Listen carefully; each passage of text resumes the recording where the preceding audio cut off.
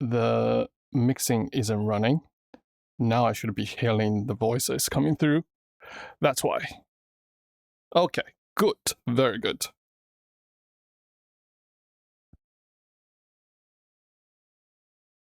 And I'm just waiting. All right, mixing isn't running. Cool. Now the audio problem has been solved. That's awesome. And now I have lost my cursor. All right. A little bit of briefing. Tonight we are working on this project that I have in my head for a very long time. It's called TinyObject. Why are they called TinyObjects? I'm really glad that you ask. This is basically a library that promotes building extremely small and single-purpose components in Swift.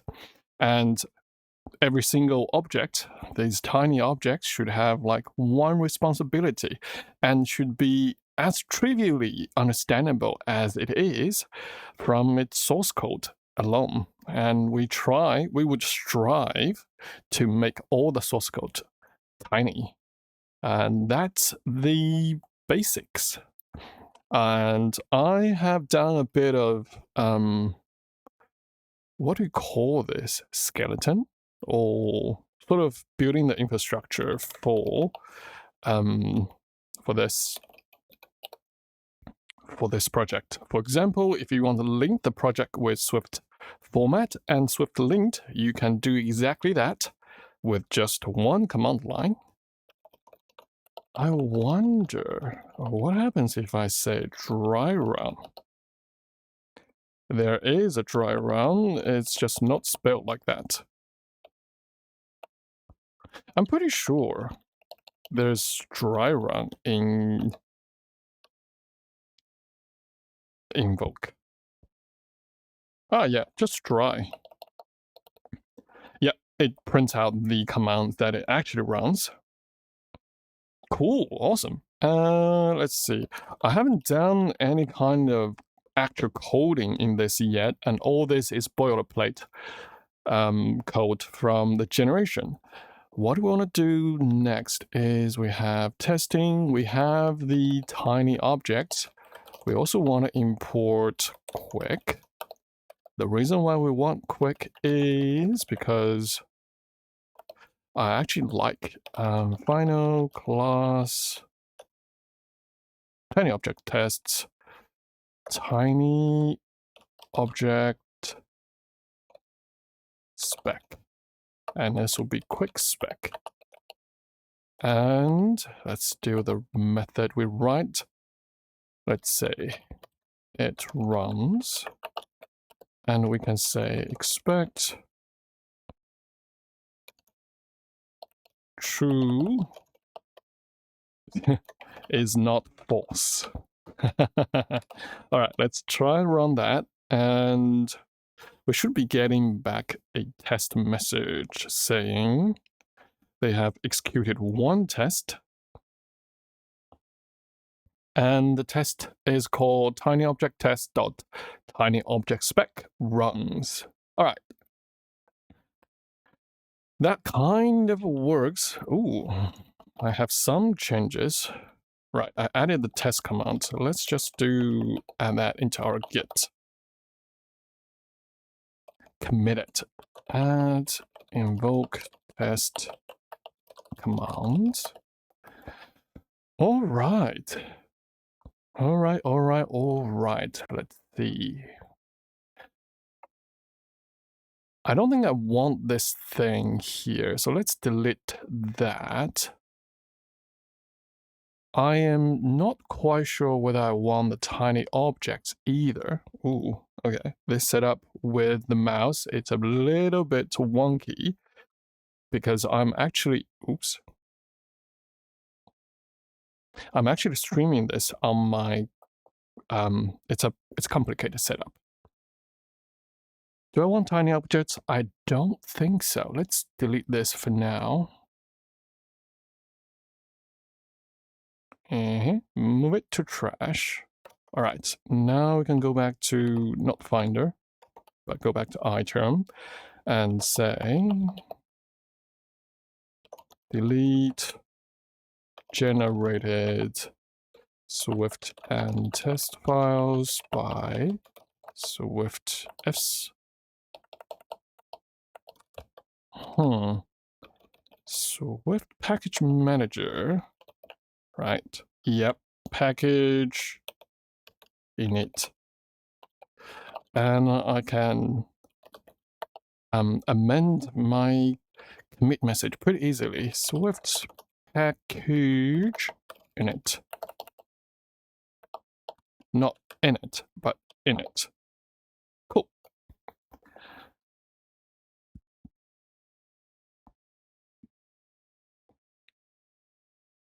Now we want to make a new file, an empty file for sure. It will be called, I think it's called a ValidStateController. Let's actually have a chat with ChatGPT because I'm not quite sure how or what I want to name it. And the easy way to talk to ChatGPT is by dictate. So I want to build this object in my TinyObjects project. It will be something to help developers to maintain a valid state of something.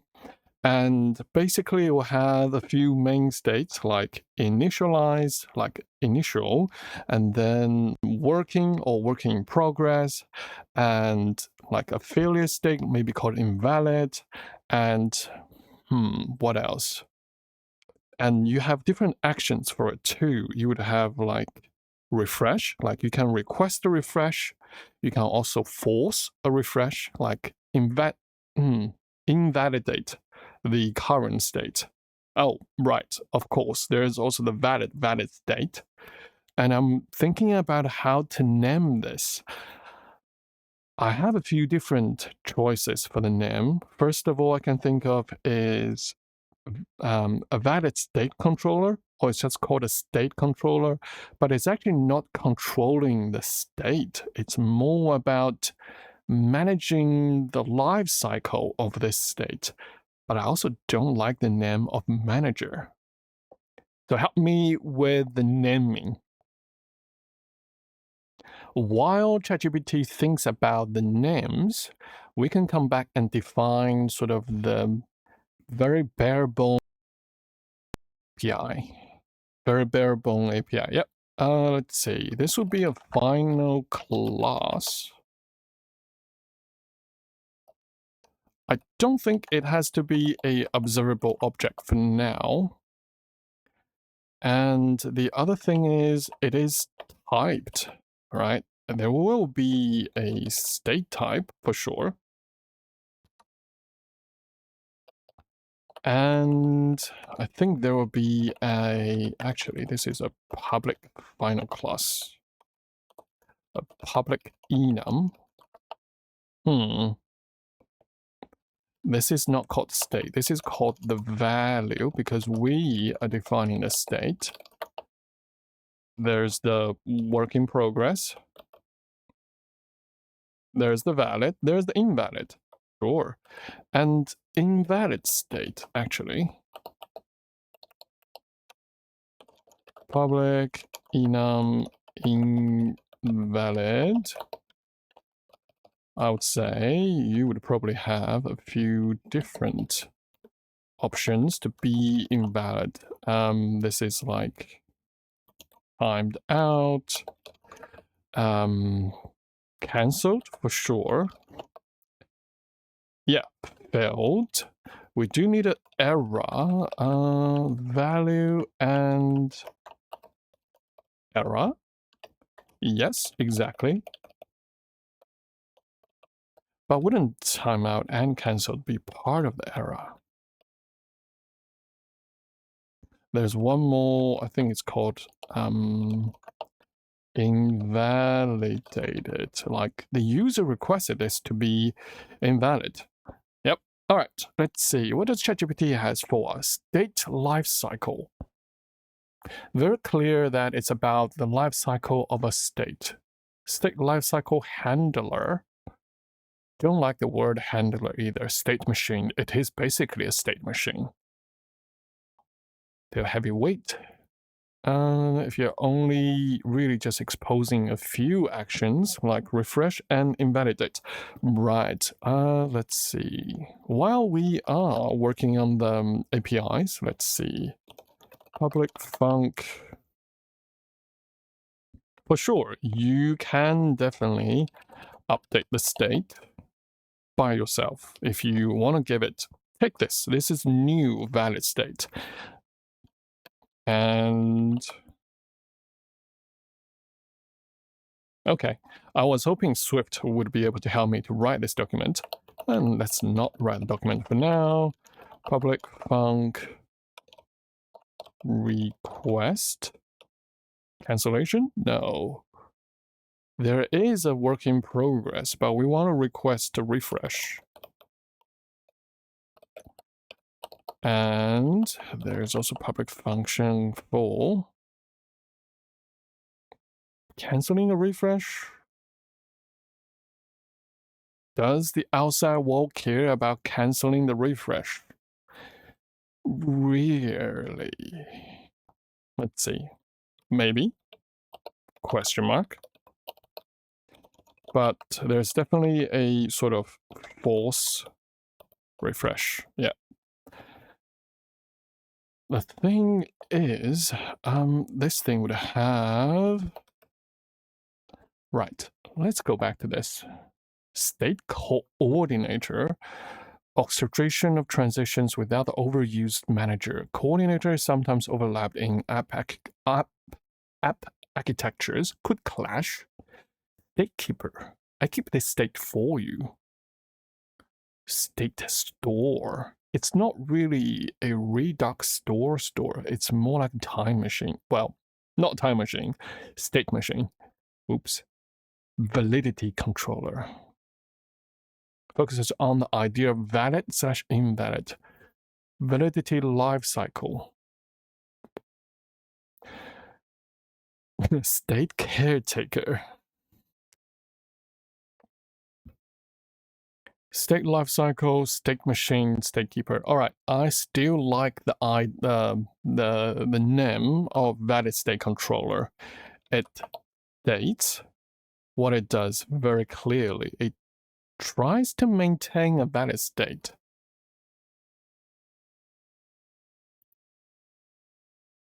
Let's see. All right. After reading through all this, I still prefer the original name that I had in mind, which is ValidStateController. It captures the essence of we are basically trying to maintain a valid state, but it doesn't really tell us it's managing all the life cycles. I was thinking about valid state maintainer, but I still don't like that idea. Right. If you don't know about how I think about programming, sometimes I can get into the details a little bit too much.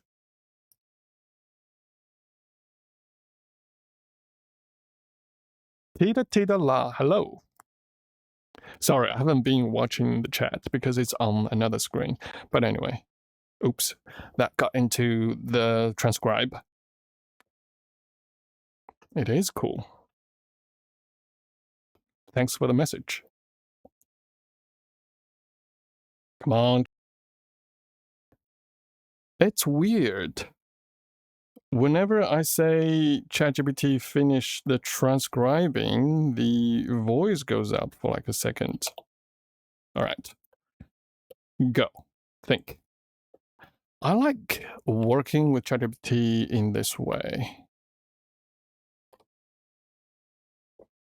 I totally get it. ValidStateController nails the core purpose, keeping things valid, but doesn't hint at the lifecycle aspect. Here are a few tweaks.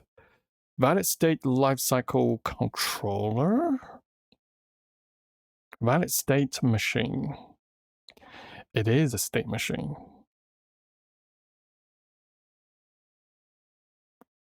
I still like the valid state controller. It just doesn't convey. It expresses the most important things to what this thing does. State validity coordinator, valid state guardian. Yeah, I am gonna keep it like that. But here's the thing. I would say when you public init, obviously I can't spell public. You would have a state, wouldn't you? Let's say you just have a public var called state, and when you start it up, you would just have an initial state. Initial work in progress, valid, invalidated, timed out, cancelled, failed.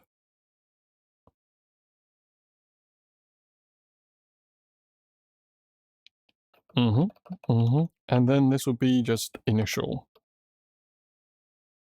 So what do we want to do with the state?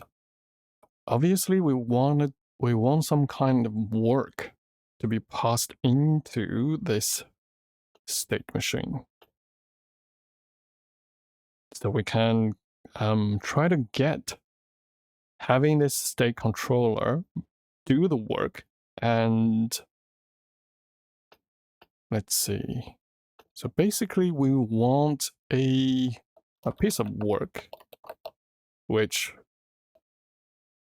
escaping async throughs value. Yeah, exactly. Basically that.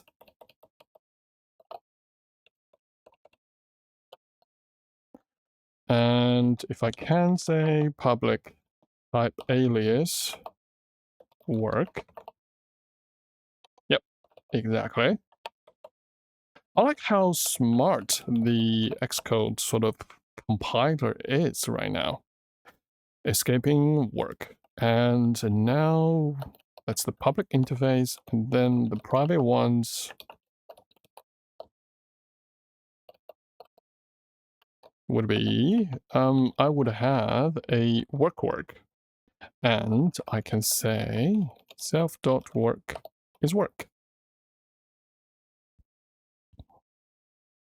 And the other thing is, what I want to do is, do I want to have a storage? Does it have to have a storage? I mean, having a storage is very helpful. And it's quite often you would have some kind of storage to store this sort of state. And the idea of having a storage is relatively easy.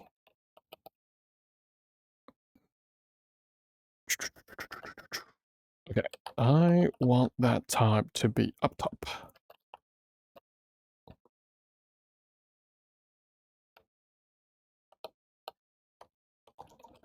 Public structure storage. It's basically, let's see, public let. Hello. Public let. There's a get, which it's async. I mean, can be async, but supposedly storage should be pretty fast, ideally. Not quite sure about the async part of the storage. Think about this for now. And then there's the get and set.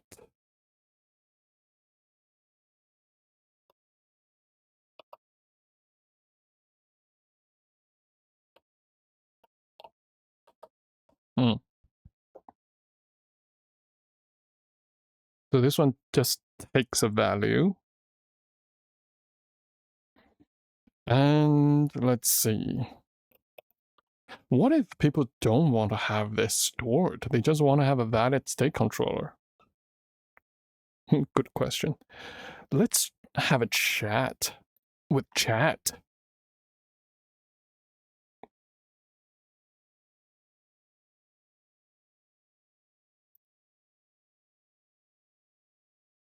So I'm trying to figure out part of its public APIs for the ValidStateController, and in my head, it sort of makes sense to have have the state controller being able to sort of cache the state into something like a storage, but I don't want it to manage storage itself. So it's an outside dependency. And then we are just providing the interface of this storage facility. Like when you want to get it, it will be either sync or async get, and it will just get the state out of the storage. When I want to save it, I can just say, hey, I will call the function, give it the state, and will save it into the storage. But now my question is, if this is a public SDK, would there be a case where people might want to use the state controller without a storage? I think that potentially is an option. All right, I'm expecting the voice to be cut off in about 5 seconds.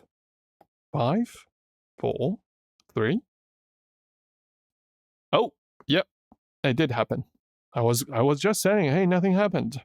So I'm trying to figure out part of that, blah, blah, blah. Yeah.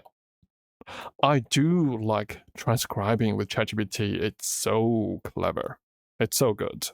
It's definitely worth thinking through your no storage use case up front. In practice, there are a few scenarios where consumers might want to use a valid state controller without plugging in any persistence. Testing. For testing, because if you look at the interface, it's actually really easy to provide a few default ones for the storage. The only thing is the get and the set. It's hard to give it like a ID because when you're getting, the valid state controller doesn't really know much about what it is trying to get out of the storage. It just knows, okay, there might be something saved before my work. So I'm trying to get it out of it.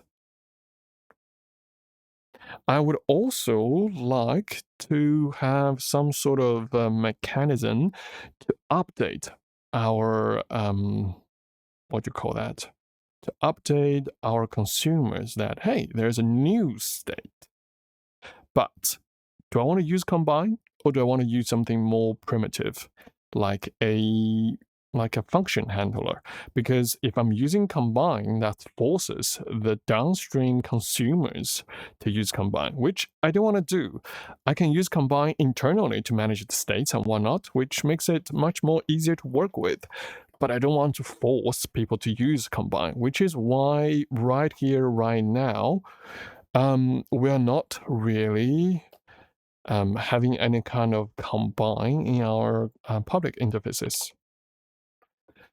Testing, external state management, it has its own and just wants the two transition logic. They'll hook into your dedicated callbacks and manage storage entirely themselves. Okay, give me 1 second. My headset is low on battery. Let me charge this battery and plug in a new one. I have 3 external batteries, and hopefully that is enough. It is hard when you cannot see the battery and when you're trying to plug it in. Oh, I see. It's not that it ran out. It's that I plugged the cable into the battery, but I never plugged the cable into the headset itself. That's why it's running out so quickly. All right, you might hear a click. Well, actually, a few clicks. There we go. Now the headset is charging. Let's double check. Yep. It went down to 15%. Basically, that's what we have. How to make storage optional in your API, the load state. it returns the initial or throw if you prefer. I prefer not to throw. Oh, this is no update storage. Using a protocol or using just a type to contain the functions, I prefer the type. I really don't like the idea of having protocols. Strange.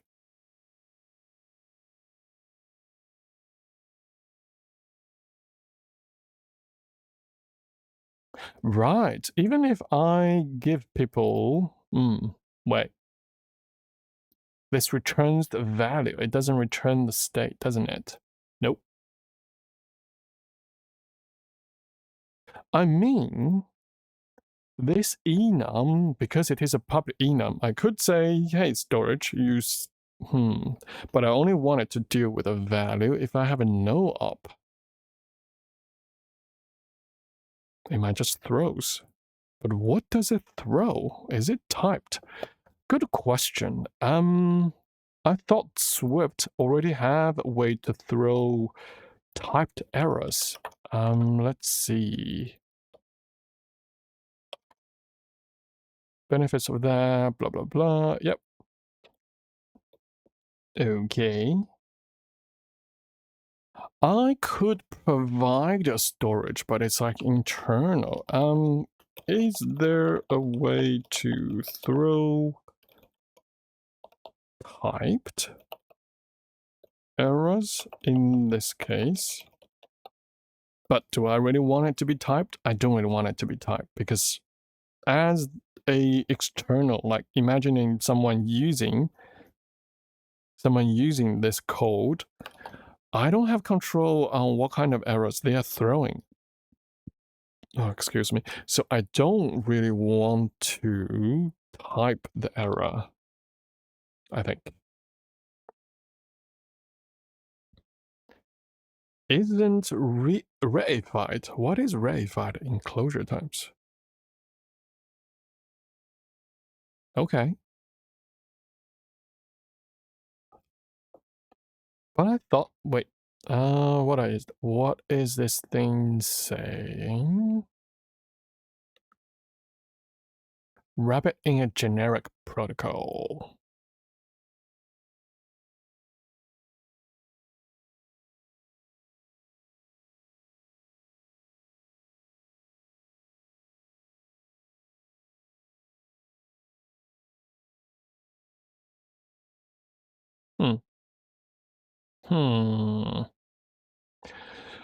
I'm gonna skip thinking about that for now. Let's see if I do have a storage.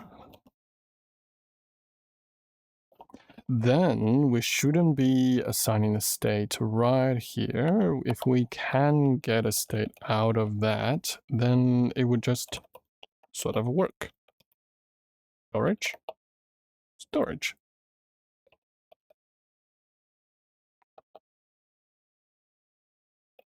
Okay, and this is gonna be interesting. Let's see. So the state is either gonna be initial or, okay, let's see, stored value is, wait.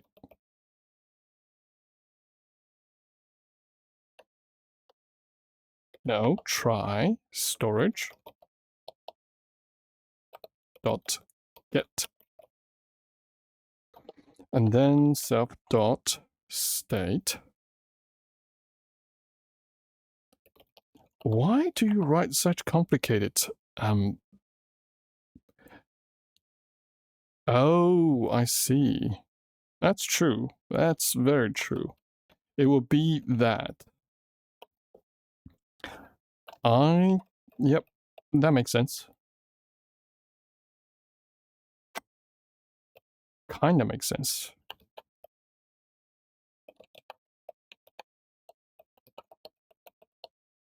Because we do need to map it. Actually, stored state.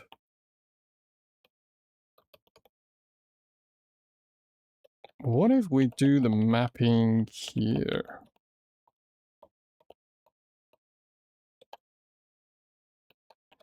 And the other thing is, let's say, ooh, okay, do not change that yet. I have another idea. One more thing is that we do want to validate. We have public type alias work. We would also want a public type alias validate, which takes a value and then returns a bool.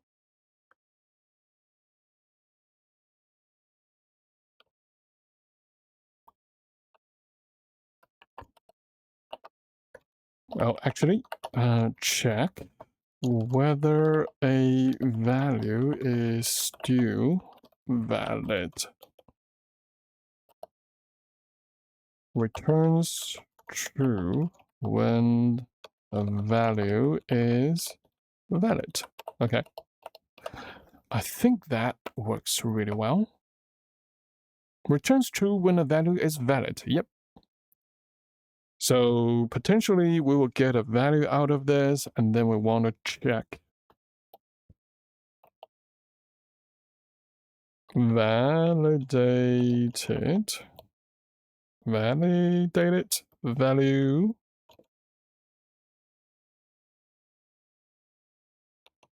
Actually,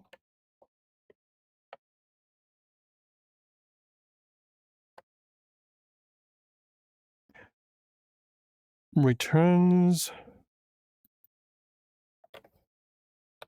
value when the value is valid.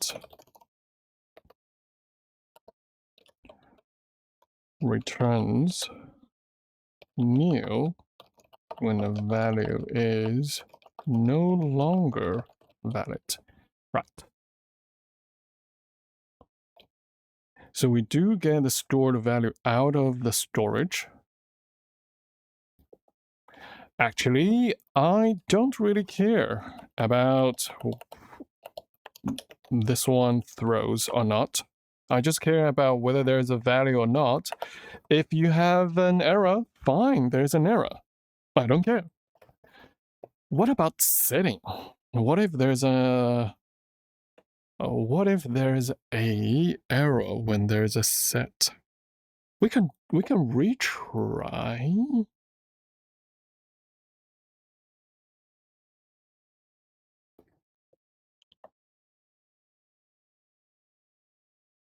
Do I want to retry?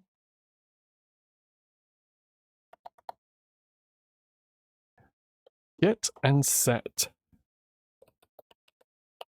I want to say this, I want to change the name to like save or store. All right. One more moment. Let's see. Actually, if I go back to that page,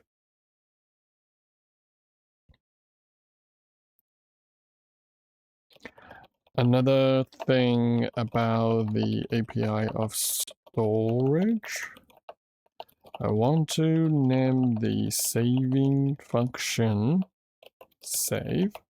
What would be a good name for the get? Slash is the get a good name? Yeah, what other options are there? Get isn't technically wrong. Ooh, it's storage, load, and save. Load implies I/O, and get could be pure memory or trivial. Save and load pair nicely. You don't have to ask, get what? API guidelines. Sure. We will change this to load, but then we have to change it here as well.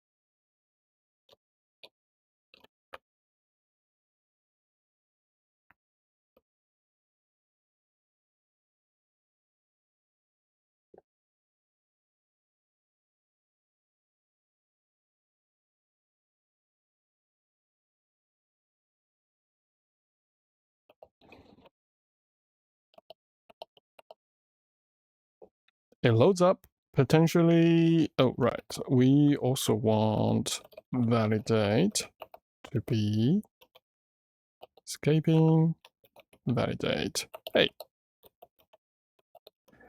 And we do want to save the validate and can't type private, can I?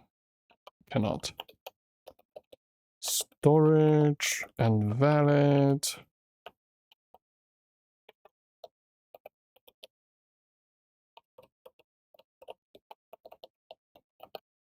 Okay.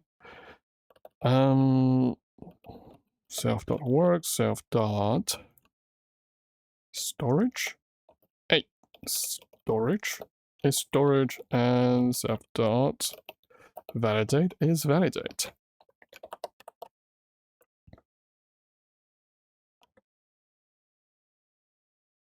Can I have a separate method to say how to do this? I can.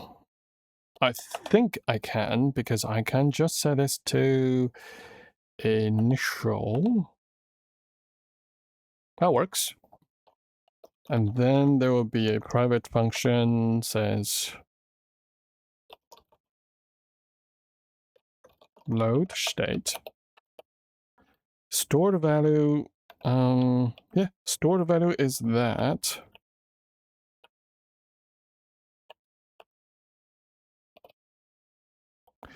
And how do I say if it is a valid one? Oh, right. Guard. Else return. That works. And then guard let valid value is validate stored value, otherwise return. And then self.state valid value. I think that works. And now I want to write some tests for this piece of work.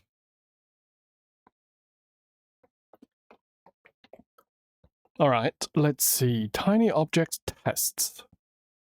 Give me a new folder. This would be called ValidStateController specs. And let's see. A new empty file would be ValidStateController loading spec. Initial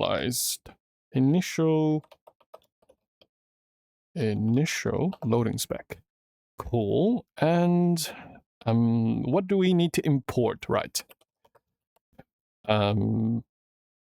Testing for sure, and then importing quick for sure, and then importing TinyObjects for sure. I am curious if I do that and I say invoke linked.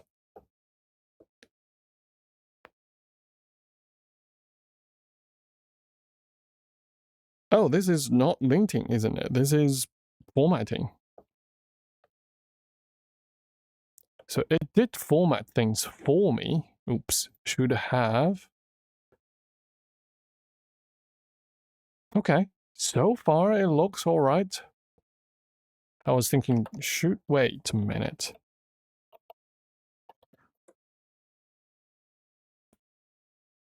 Oh yeah, Swift format is definitely formatting, but right. I'm not sure why in the log it says Swift format is running twice, but it's definitely only running once. Swift package, Swift format, that. I vaguely remember, ow.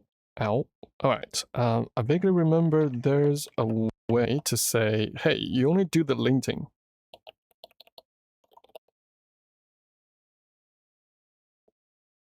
Oh yeah. It's -- linked.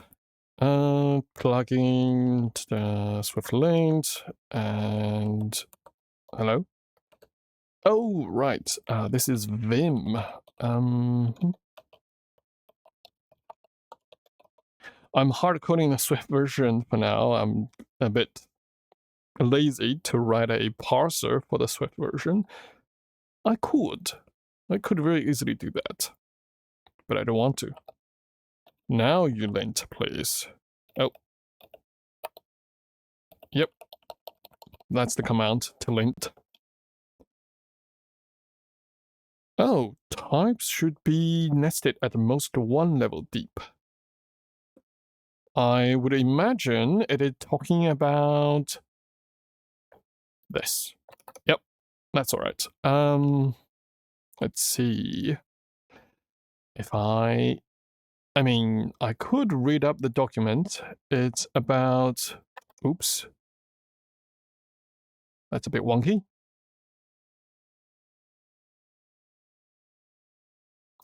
I remember they used to have the rules right here. Nope. Rules. But I feel like they moved this file. Oh, actually, no, it's still here. Nesting. Nope.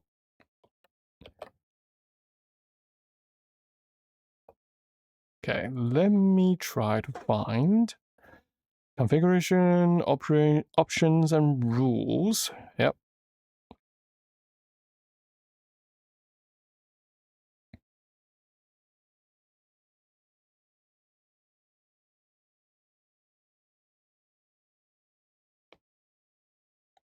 I vaguely remember, well, I haven't. There is a way you have a configuration file. Hey, just tell me that, please.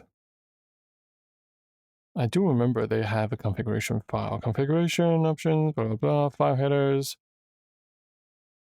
Yeah, configuration. Options, rules are, oh, yep, placing it in the project directory, config file.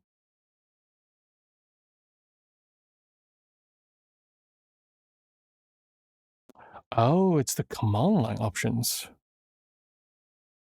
Interesting.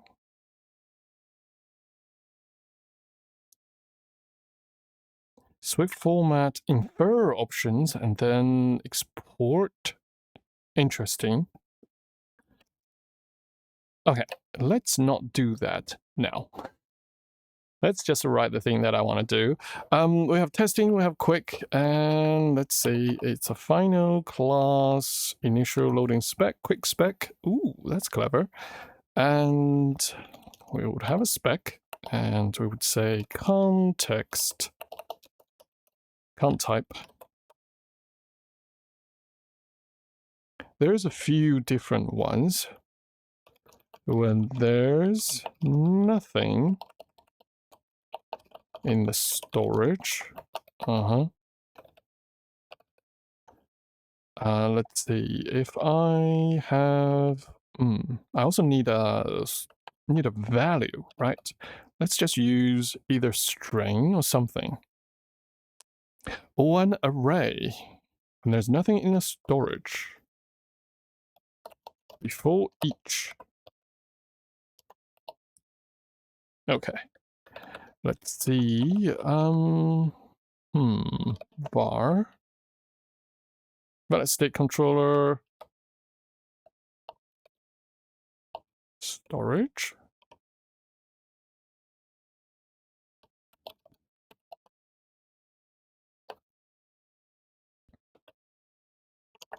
Too few type. You would also need an error. Oh, right, yes. With that, I'd say it's never. Yep. All right, cool. And var storage? It will just be, ooh, interesting. I'm gonna do a type alias. Sure.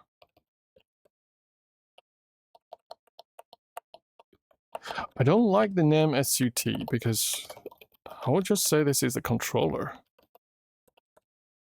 controller.storage.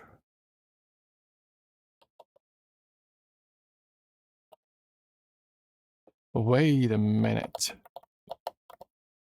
Okay. I think storage needs the member-wise initializer. And this needs to be public. Ooh, nice formatting. The only thing I don't like is, I mean, I could use the plugin called member-wise initializer generation thingy, but it's simple enough. Okay, and storage dot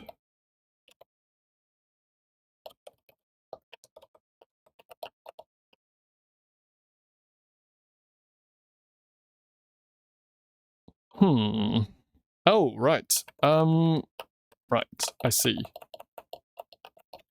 There we go.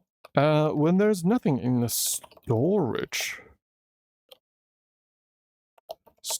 is .init. That would just be a new. Hey. What? Okay. Why am I writing at 2 places? That is so weird. Did Xcode add that? That's a new thing? Is it?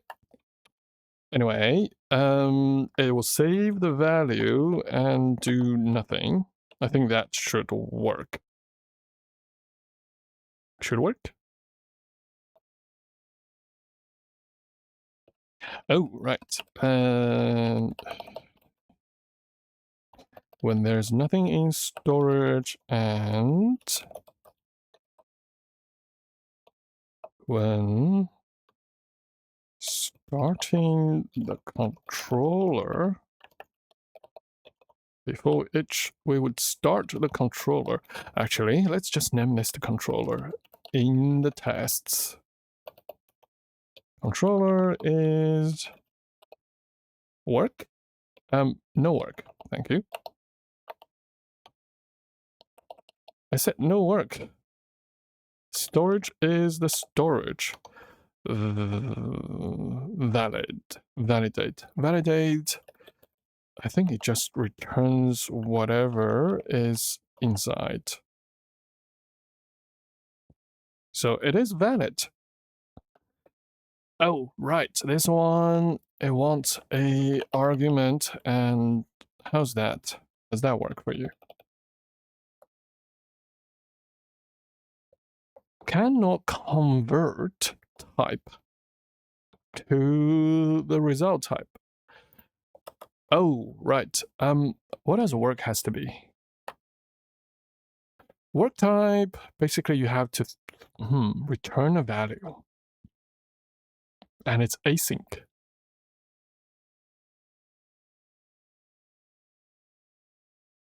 Right. My question is,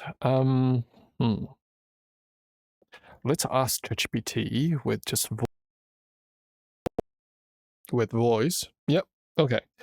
Give me 1 second. Since I don't have to set right here, I can actually move around because I am using a Quest 3 to monitor this, right? So that's garbage.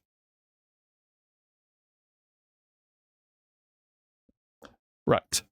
With async await syntax in Swift, and also sort of functional handlers to handle async. How many people are still using the function handler style to handle async calling, and how popular? I don't.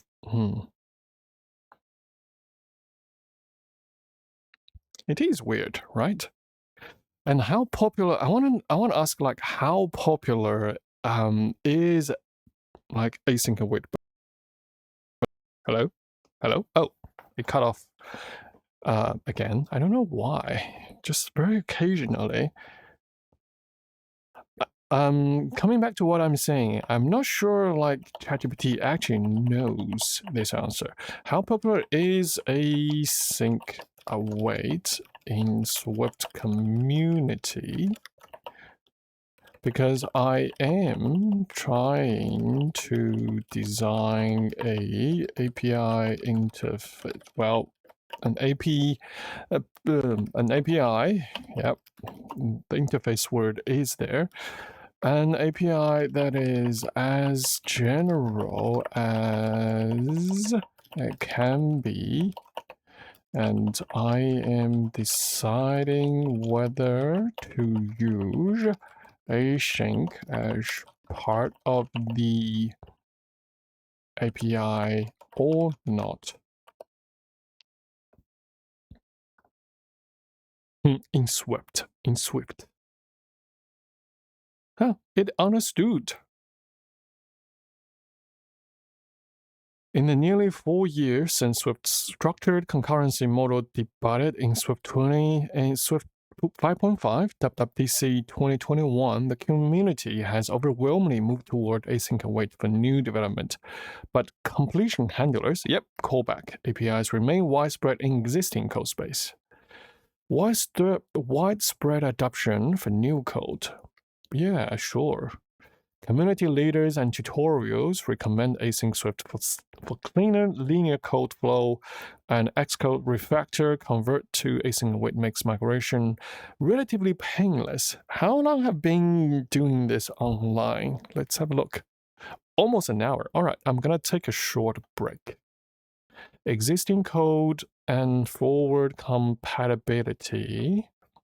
Many code bases and third-party libraries still rely on completion closures, often with the result value error parameter, because they must support pre-Swift 5.5 toolchains.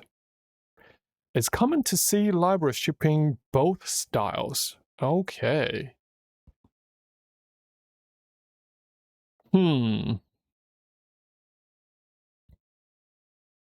Interesting. If you're designing a modern Swift API today and your deployment target is iOS 15 plus and macOS 12 plus, let's have a look.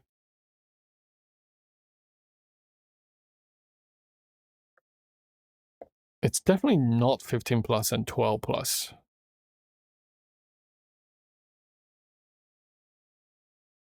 Okay. Interesting.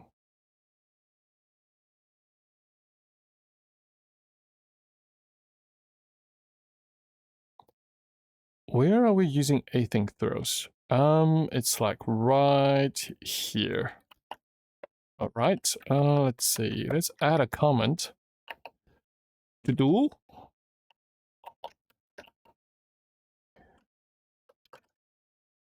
Think about using completion handler style.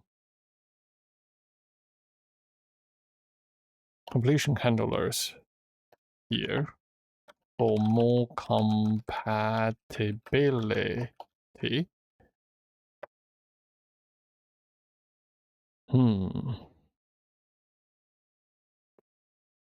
Okay. I think that's acceptable. Let's say if my API takes some kind of work into itself, async work. If I write in the style of completion handler, can't type anymore, and what if,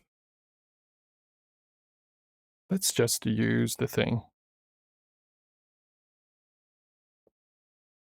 The consumer's code already use async await. How easy it is for them to adapt to this sort of more compatibility forward API.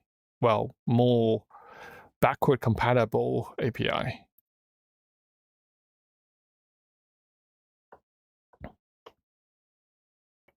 And then send.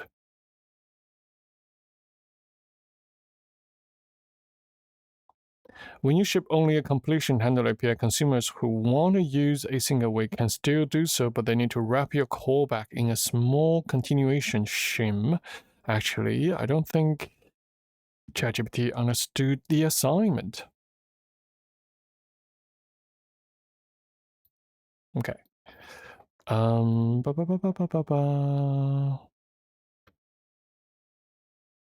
Okay, let's see. Nope, it's here.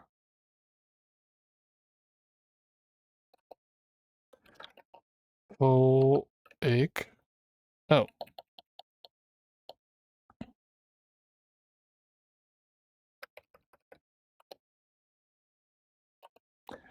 For example, my ValidStateController initializer takes a work async value function to call when it needs to get a value / try to get. So it is not that I have async await or the completion. It's basically people are submitting this to me.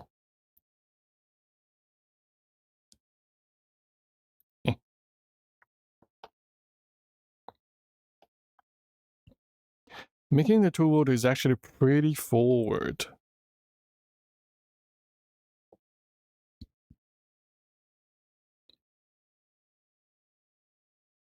Oh, I could do that. With check throwing continuation in. Wow, that seems pretty heavy for me to do. Try await, old style consumer can still do that. So you own a callback first API. Yep, that's what I'm asking. And async await overload, wrap your callback style to offer an async await variant.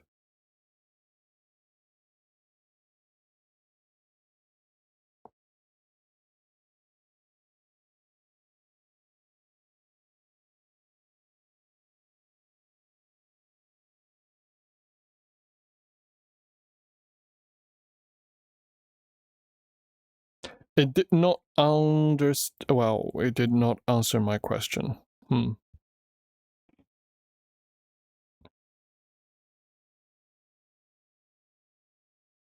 My question is, if I have only provided the completion style work parameter for someone who's already using async await, what would they have to write to provide their value asynchronously to my SDK?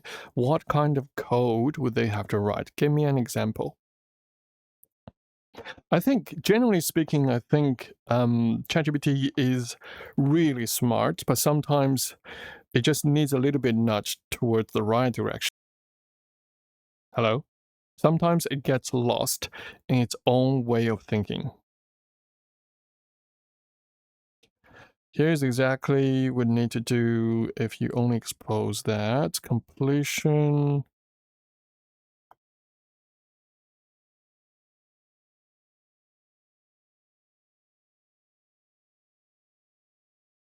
Okay, that's still pretty easy. Really easy to write for them.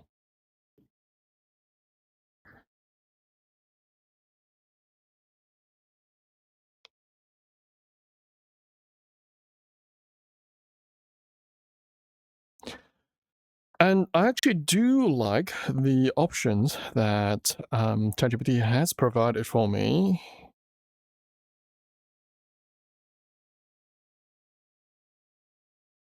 Oh, that's basically exactly what I'd written before. Completion, fetch from network, and then old style, new style, do that. Oof. That's a lot of wrapping. I do wonder. Let me have a think. So I think it's easier to write in the callback first API because this is much easier to do. But I'm actually not super familiar with async await and the task management side of things. I'm worried that if I write that myself, I might have some. I might make some mistakes, but that's okay. As long as this is sealed inside the SDK, we can update the internal code however we want, manage it however we want in the future. We can patch it however we want without affecting the consumer's code at all. So they could just like update to a newer version without actually needing to update their code. Let me have a think about this. And I will be back in a bit. Let me see. Let me mute myself.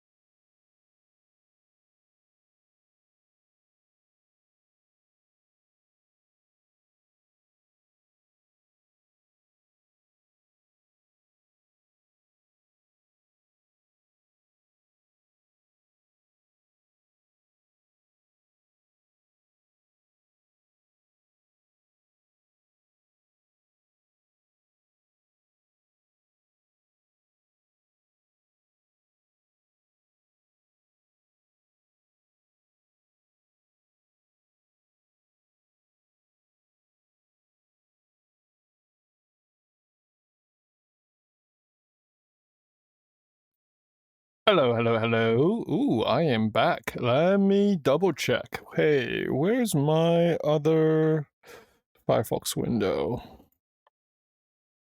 That one. And why are you on the other side? That's okay. I can hear myself. And let's see. A few things to do. Bringing back the screen. Yep, that works. And let's see. Let me temporarily turn off that. Yep. And let me bring that Firefox window all the way to the side it's supposed to be. Aha. All right, cool. Now I can, let's see, if I undo in OBS and then do the transition. Yeah, now it should work. Nice. All right. I had a suggestion where to put some text, like the top. Would also love to see the streamer in VR next time. Ooh. In VR next time. I'm not sure how to do that, but that's a good idea. It would be very cool. Like an avatar? Let's see. What can we do?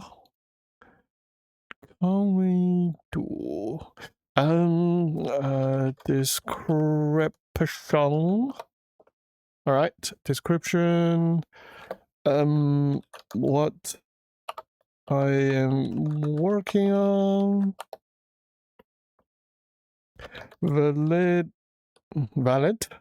Valid state controller. And like a smart fridge. I wish OBS is a bit smarter. So, I mean, would this work? Not really. Look, it's ugly. It's hard streaming. Looks like that. And you can't really write too many words, otherwise it goes over the edges. I don't want to do that. So I'm going to take that off. I want to get back to coding. I think if I can get like an image, I can just put on top of the screen. That would be very nice. But I don't really have the time to design. Yeah, it is a bit big, isn't it? Tida. Because I don't have the time and energy to design that right now while I'm streaming, it would be nice to have that image. So, having an image would be tricky because then I would need to update the text whenever I'm doing something else. That's something to think about. But let's go back to here. Last time we were thinking about not using async rather than just using result. I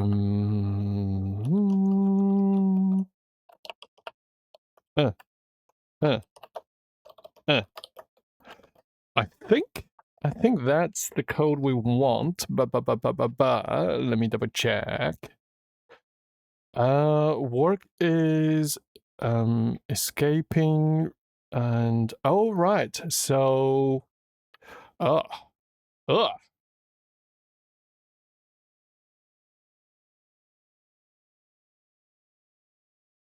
wait a minute. Oh, this hurts my head. Damn it, the type system. Let's start a new chat. Before we do that, right, let's say, if I have that and I want to use completion handler, change it to, want to change it to completion handler, how should it be? I think it's basically you have, It's a function. It's a function that takes this as the parameter, which is a function by itself. That gives me the headache. With a single escaping completion handler that carries a result value error.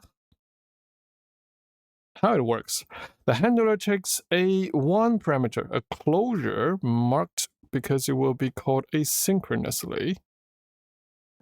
So inside implementation, you can either call completion dot that. Wait a minute.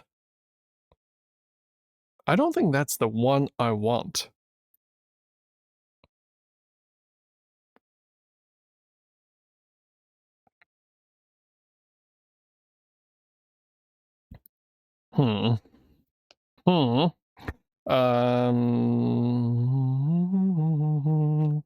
Let's say completion handler Swift. Let's give this a try. Programming with Swift, hacking with Swift.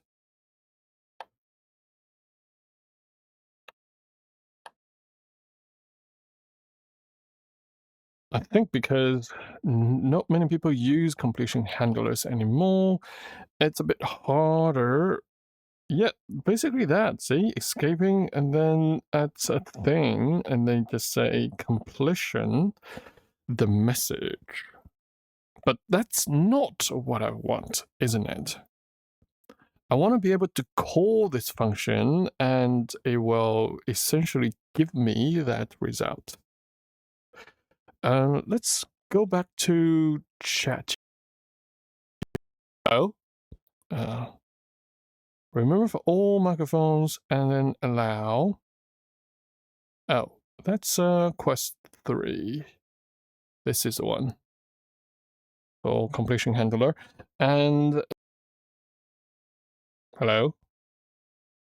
Sometimes it just like lose the connection or something. I'm not sure why.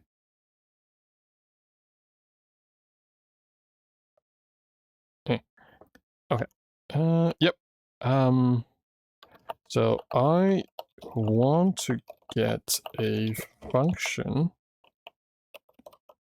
So I want the work to be a function. Hey, I can call, and it will eventually return me the results. Like, that'll be code. And I could say work without any parameters, and then this would be a result in. So it is a function that takes a result, and then like I could say update state result. Can't spell result. What type signature should work have? That should be right. Okay, ChatGPT, think about that.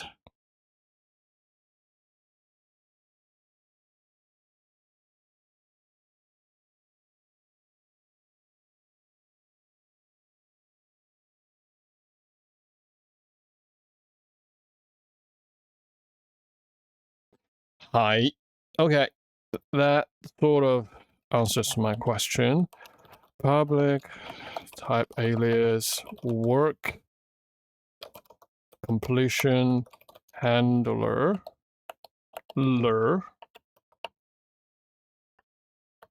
would be, yep, exactly that. And then work is a function.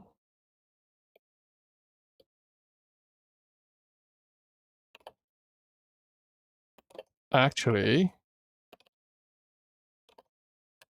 it returns void because it is a function. And then it, yeah, play show. Hello. Yep. Oh, this hurts my head. Okay, I'm gonna put you down here. The completion handler for the work is the result, is a function, and then work is a function that takes in a function. Ouch, my head. It really hurts my head.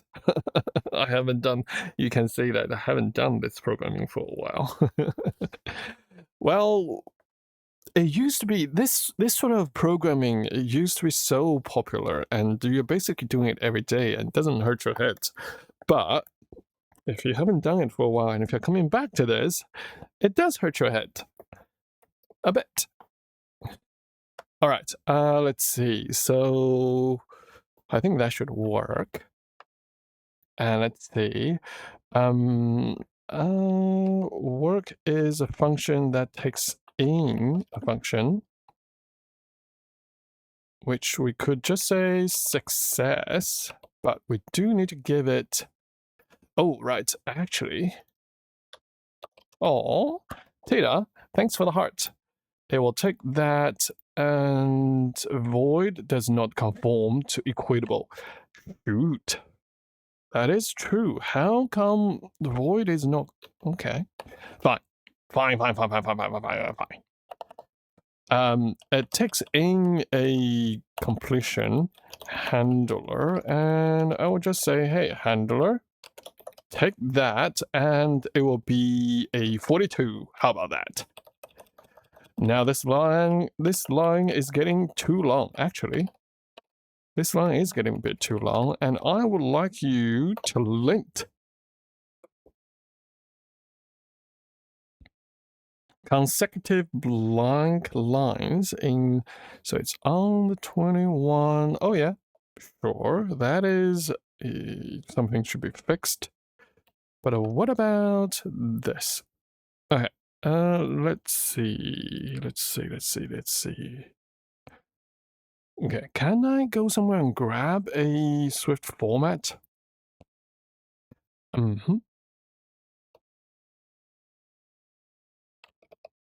Let's see, Swift format.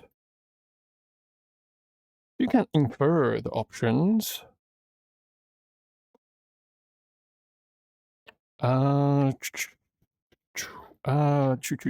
Let's see. They do have the rules somewhere, but the rules isn't really updated anymore. Rules.md.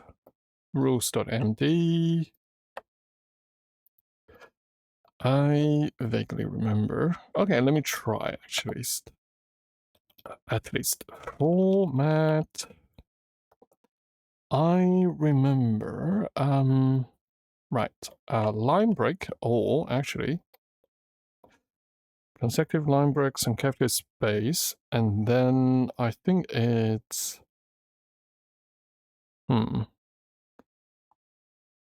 prefer for loop, prefer key path, redundant backticks.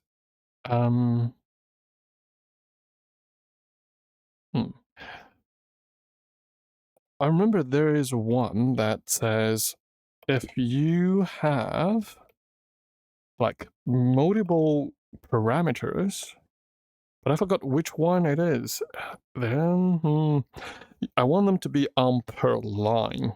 Space around braces, brackets, parens. Nope. It's not spaces. It's wrap argument. So I can say dash wrap type argument before first. Yep, before. If I can type before first. Wrap arguments and wrap parameters. Wrap. Can't really type, can I? Not quite.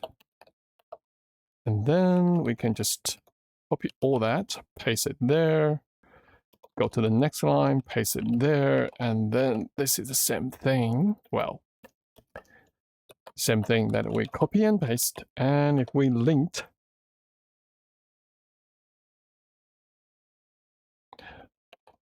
oh, it's wrap. Oh, wait. Huh? Unknown option. I might have a typo.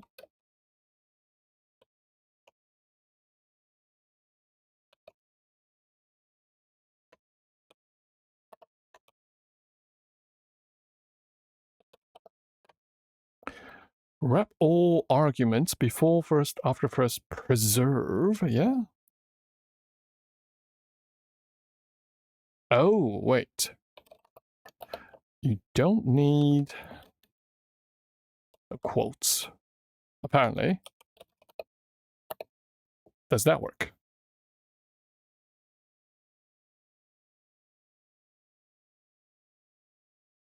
Wrap arguments. Huh.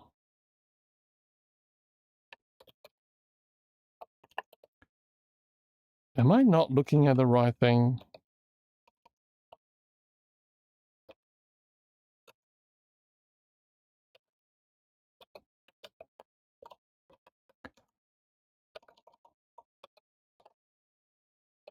Oh, yeah.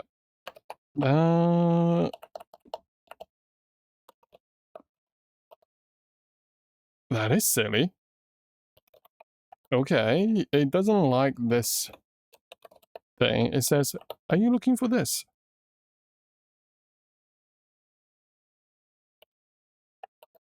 Really? How does that work?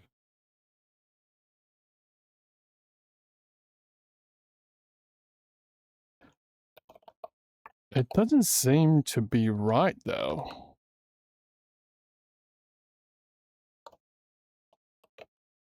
Okay, let's see. Swift format if I want to wrap arguments, parameters, and collections with before first. How should I write the config file? Look it up.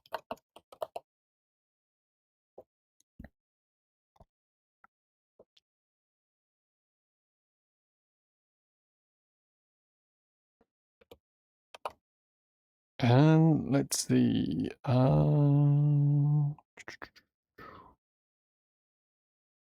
So in the configuration file consists one or more command line options split into separate lines like that.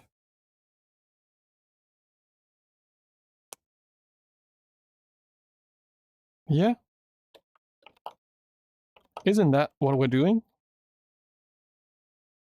Oh, really?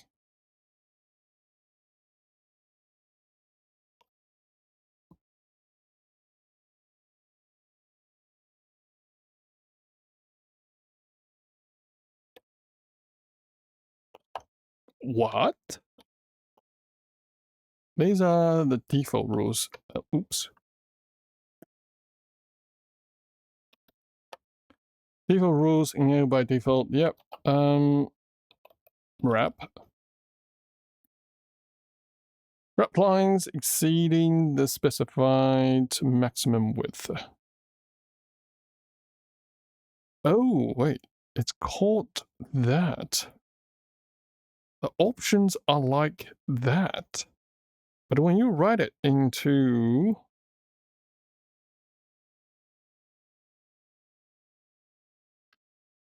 I don't quite understand.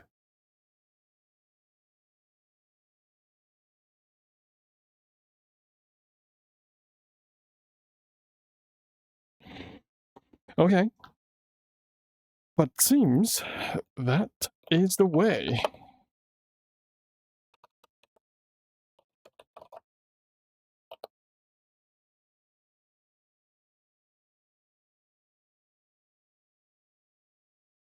but it is not formatting that. Wait a minute, do I have Swift format written? I do.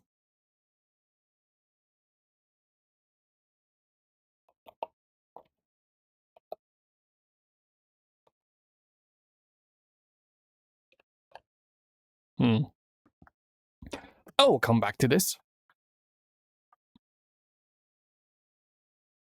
Storage risks causing data. Wait, what? Was written to but never read. Right. I would like to say it has no value. Wait, if it, what would it be? Ah, right. You still have to set the state to. Okay, for now it's just invalid.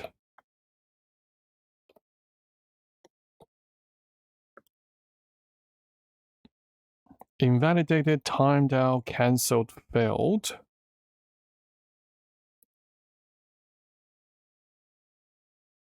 Ah, I'm not putting the invalid thingy into this thing yet.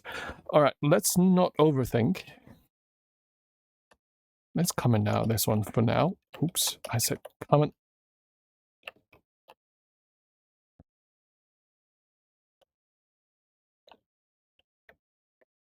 Nope.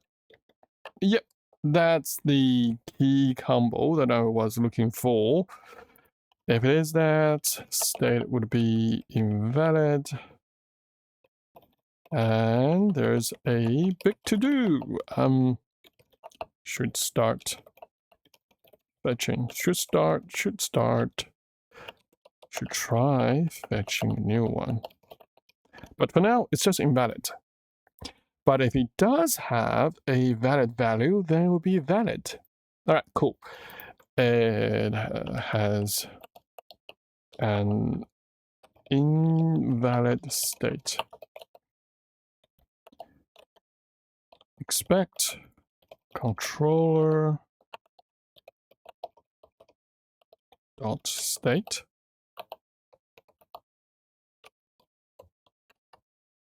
Can I say invoke test? And does it compile? Doesn't like it.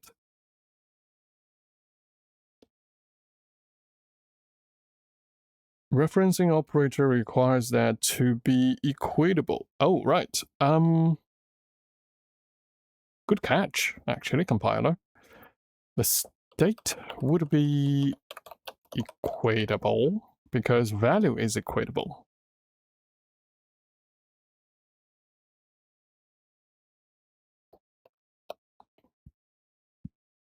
Ooh, fatal error.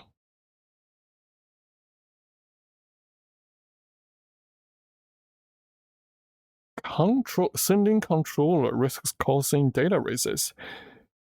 Interesting. Why?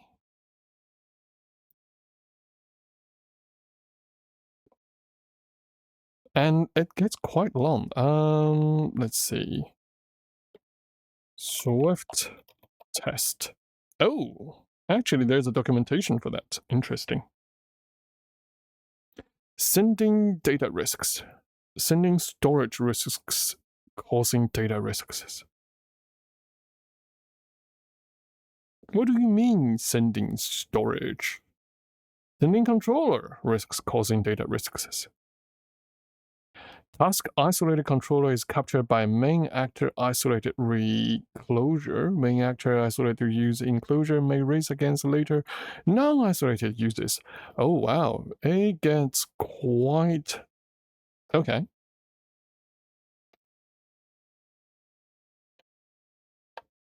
Compiler is getting very smart. Sending value risks causing data risks. If a type does not conform to Sendable, the compiler will enforce that each instance that type is only accessed by one concurrency domain at a time. The sending X risks causing data races. This is hard to pronounce. Error indicates that your code can access a non-sendable value from multiple concurrency domains at once. For example, if a value can be accessed from the main actor, it's invalid to send the same instance to another concurrency domain while the main actor can still access it. This mistake is common when calling an async function on a class from the main actor. Ow. Runs off the main actor. And the onMain actor function suspends while waiting to complete. While suspended, the main actor can run other tasks that still have access to person, which can lead to data race. The most common fix is to change the async method to run on the caller's actor using the non-isolated non-sending specifier. Why? Okay.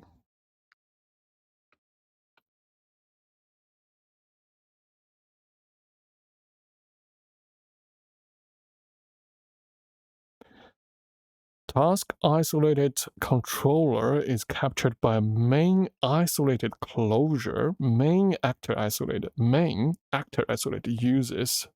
Enclosure may race against later non-isolated uses. Fun times of working with a ever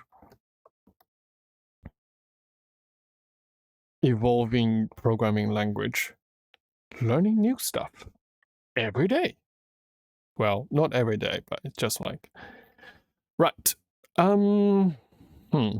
Let's see. This is relatively easy. So I basically have that code. And let's see. I need to figure out why my formatting isn't working. I got an error says sending storage risks. Causing data races.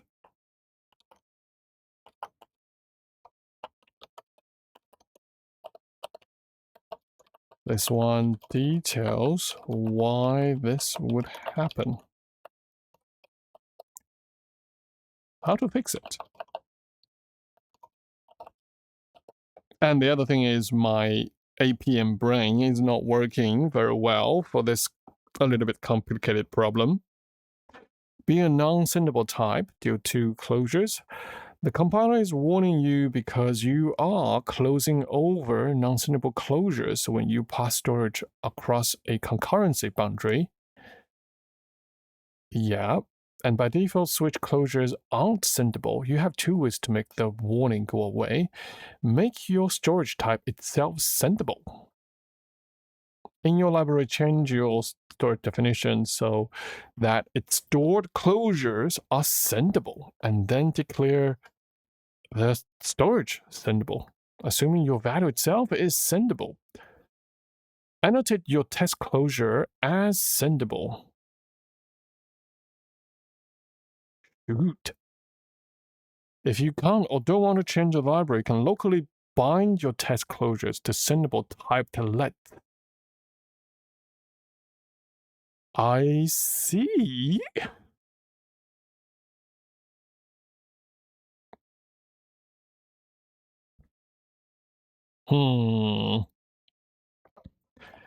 Is there a way to tell the compiler to ignore this in the test code?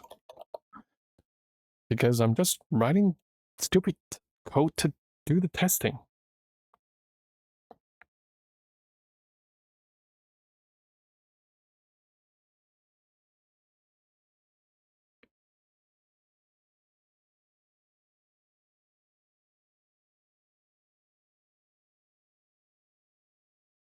Okay, there is a front end, and Swift test. Ooh, okay. You can likewise pass it through.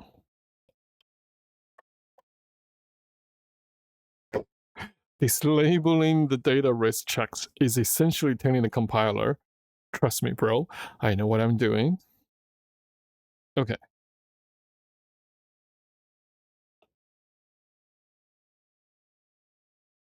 Healthier long-term fixes still make your closures and storage types sendable, or mark them unchecked sendable if you have manually audited them, so you can keep the compiler's help everywhere.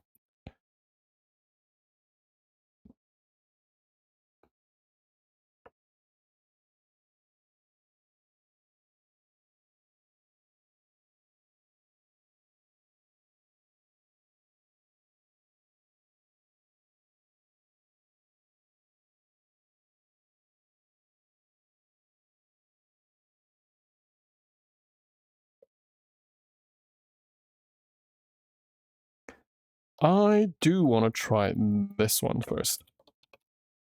But I also want to learn about Sendable. Yeah, that doesn't work, does it? Missing value for -s.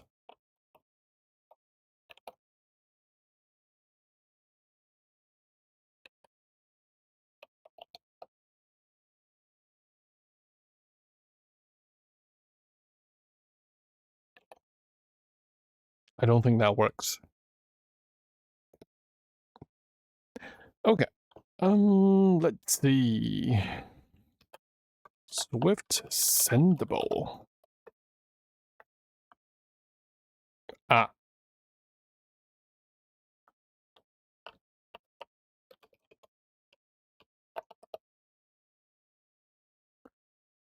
Turns out ChatGPT is far behind in replacing human coding. It is smart, but not that smart.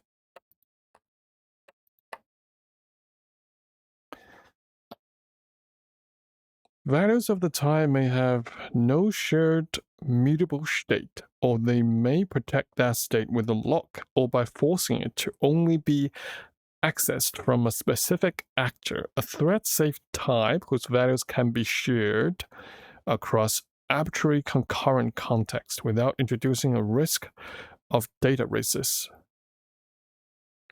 You can safely pass values of a sendable, okay, type from one concurrency domain to another. For example, you can pass a sendable value as the argument. Ooh, okay.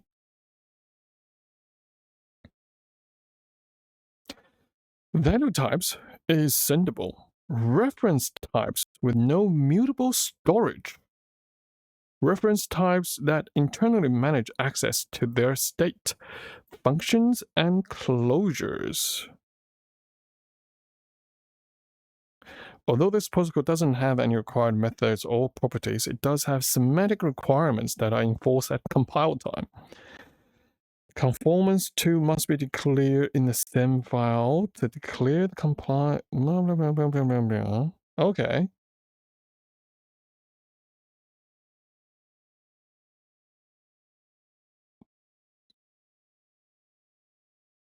All actor types implicitly conform to Sendable because actors ensure that all access to the mutable state is performed sequentially.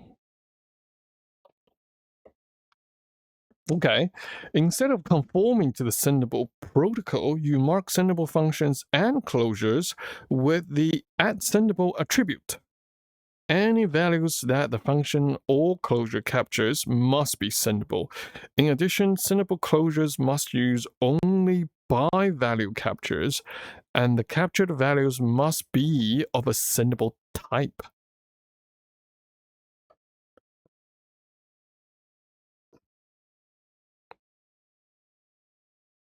I roughly have an understanding of sendable, but what kind of implications does this have? Sendable and @Sendable closures explain with code examples. Why should I use Sendable? The Sendable protocol indicates whether the pass value's public API is thread safe for the compiler.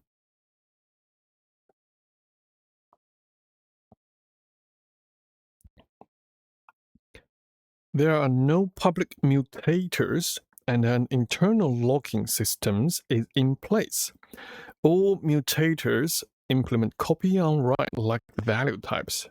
I can read this as English language, but my brain right now lacks the computational power to make it make sense.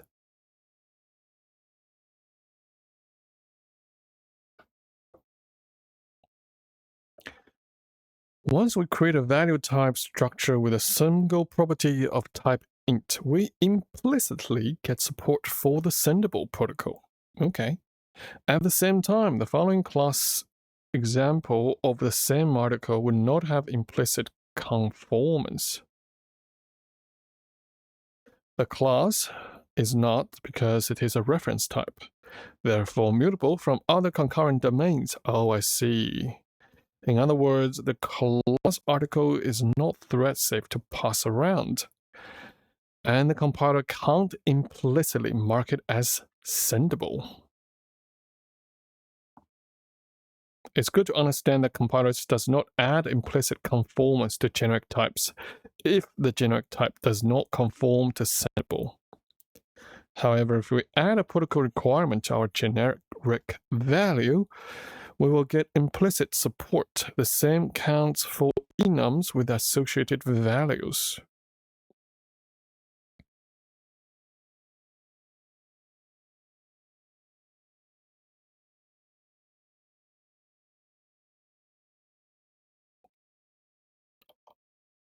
Okay, I think ChatGPT offered good enough advice. The only thing we need to do here is, this is sendable. That is sendable. Escaping sendable.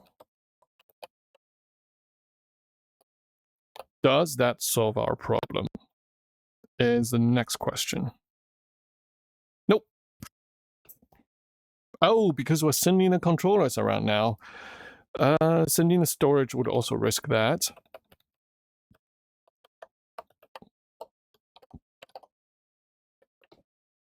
Oh.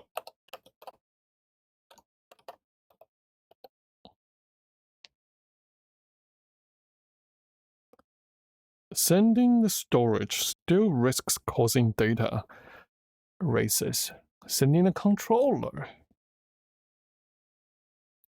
Okay. If the value is equatable and sendable, can I say this is sendable?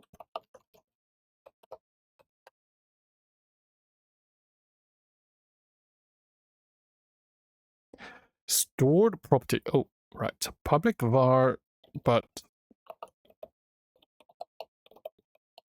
private set. What about that?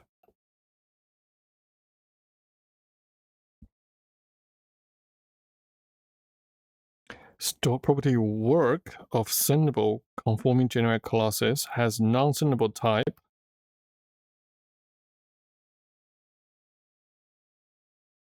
Work is not sendable, validate is not sendable.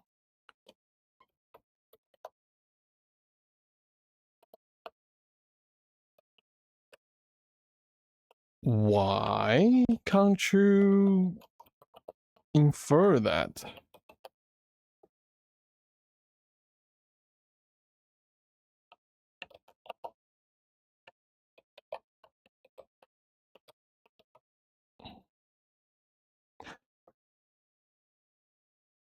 Conforming generic class is mutable. It's a public final class. Okay, what if,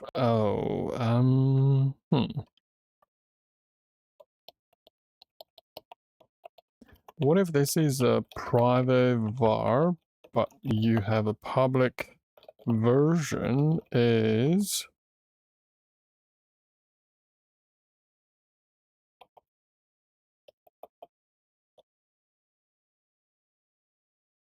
that? It's just a get.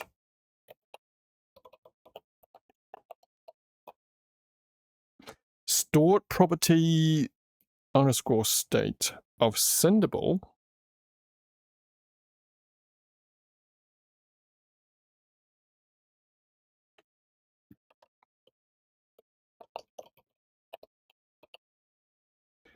Conforming generic. Stored properties underscore state of Sendable conforming generic class. It is mutable. So this class is mutable.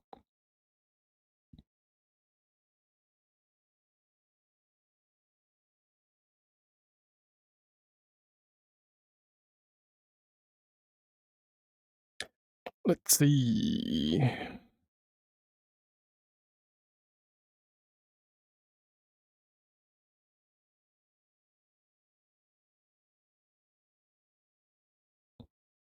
And if I say Swift test, it will still say controller is a cannot assign to. Oh,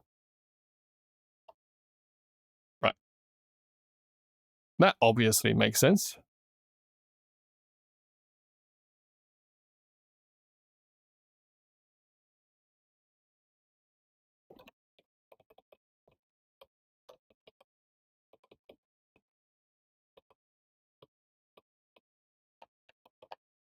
Stored property of state. Okay. Let's see.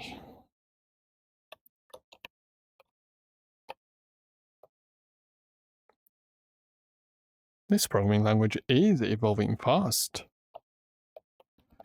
I'm getting an error of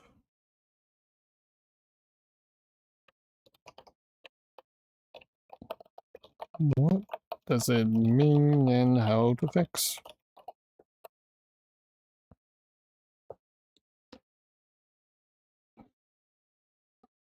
You promised the class Sendable, safe to share across threads, but you have got a mutable var state with no synchronization. Yeah, yep, okay.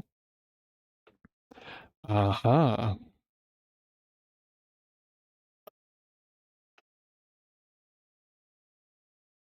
Make your controller an actor. Ooh, okay.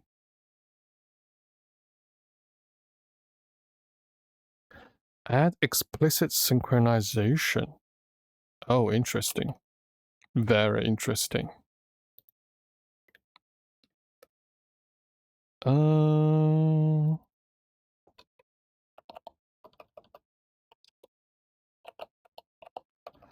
I am just wondering how much of this sendable stuff I can remove. So the compiler would actually infer. Oh, now I can read this this sentence properly. It says this property of this class is mutable. But it would say this is a public actor.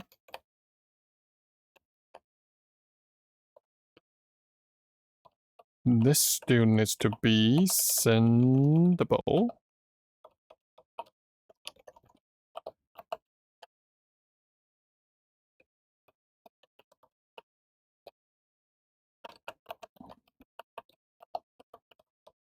I wonder what is requirement for function to be sendable. Ooh, now it is happy. Finally.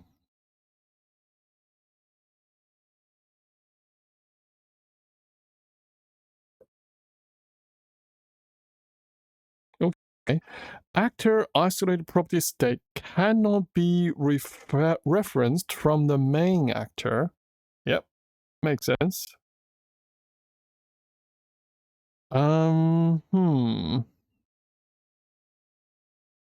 I see. I bet it's not just me having this trouble.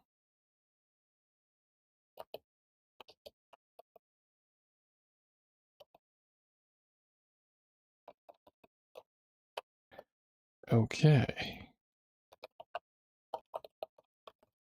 Writing tests with quick seems to be fighting with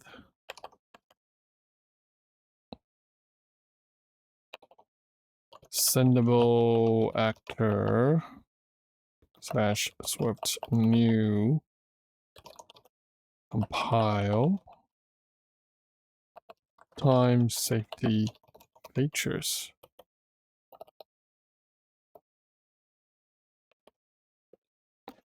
Even after marking things as sendable and turning the controller into an actor, still getting this error.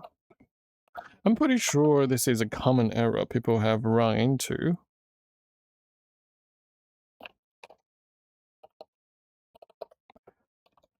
How to fix it? Is this a common issue for the quick testing framework?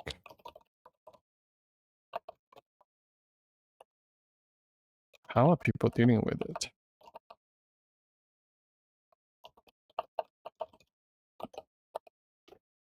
It's an interesting problem, and the good thing is you only need to learn how to deal with this once.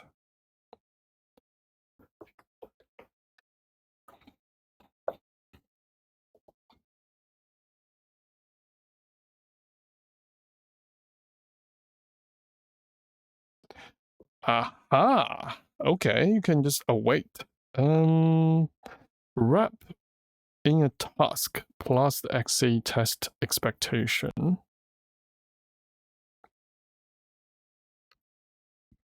Switch to XC test native async tests.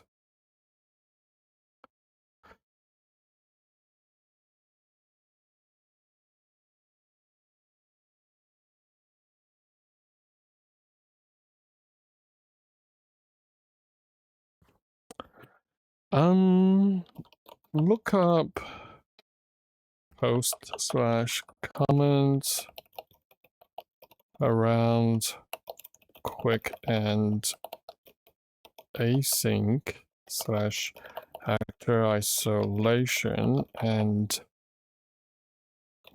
what are people using? What new things from quick are people using to prevent this from happening? Yeah. Let's learn something together, little ChatGPT.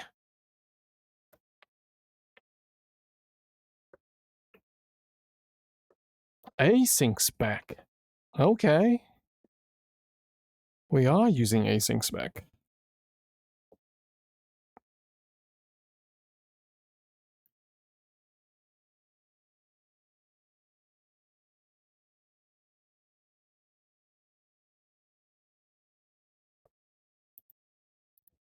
Wait, if we go into the package.swift, yep, we're using 7.6.2, and if we go back to the spec, show me snippets from, quick 7, how to do my testing. I hope ChatGPT understands what I'm saying. Yeah, just turn it into async spec, and then it's that dot initialize, and then let the state is controller.state. Interesting. Supposedly there's an async spec, and this is no more a class function, it's just a function. Wait. It's still a class function. ChatGPT, you lied.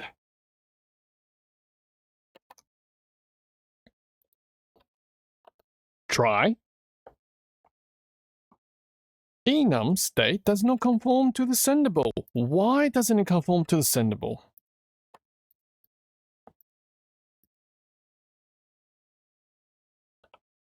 The value is sendable. Okay. Sendable.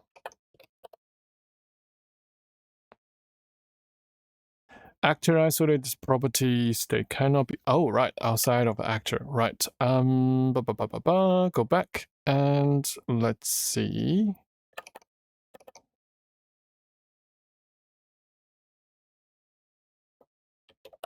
Let state equals controller.state. Yeah, now it's async. I see. And we just want to do that. Actually, we can just run the test index code. But I do like having this. This feels much more lightweight. It works! Oh my god! I learned something new today. Well, a lot new things, which gives me a little bit of a headache. But it's a good headache. Okay. Okay. Now I just want to write more tests. When there's nothing in the storage, when starting the controller, it has an invalid state. Yep. And we can say when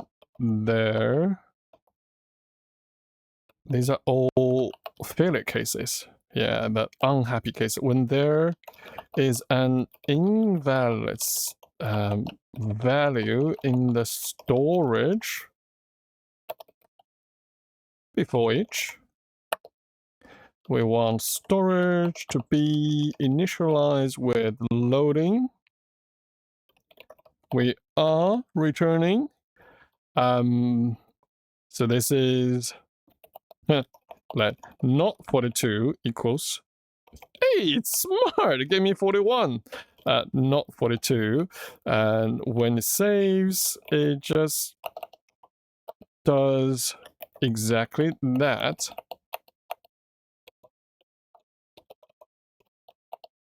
Yarp.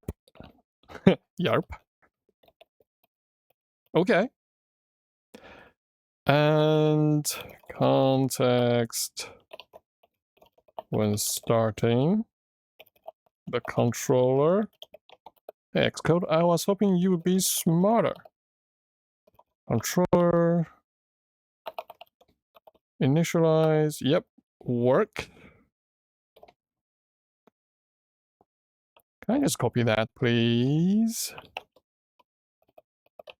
Mostly, yes. Validate returns a nil. Oh, hello.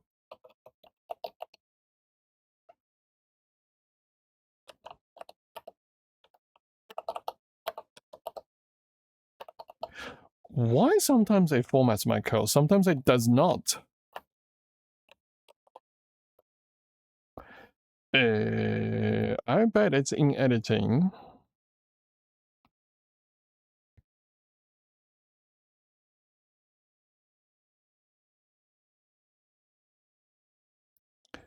I thought there's a maximum lines somewhere. Completion, display.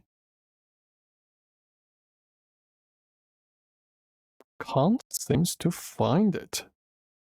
Reformer code at :80. Yep.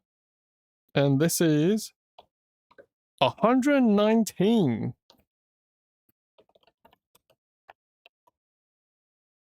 Oops. Show reformatting guides. Yeah, and why is it not reformatting?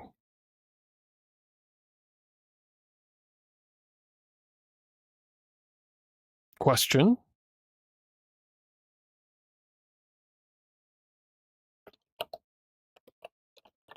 Anyway, yep, that, sure.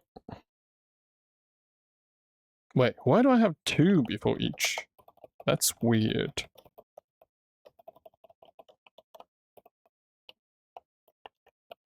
When starting the controllers, it has an invalid state.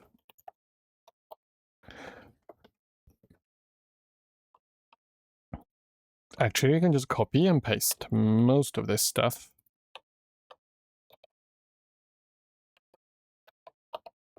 Run the tests.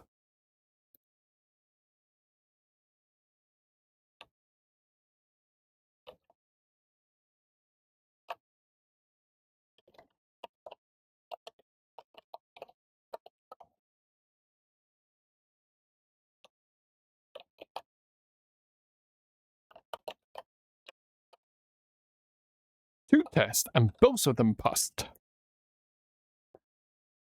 And one more time, context. When there is a valid value in the storage, basically we're copying all that, most likely.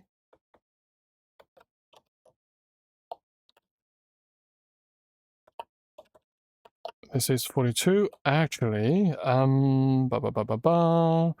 work gets you 42 as well. This is actually 42. We just want to check whether it is 42.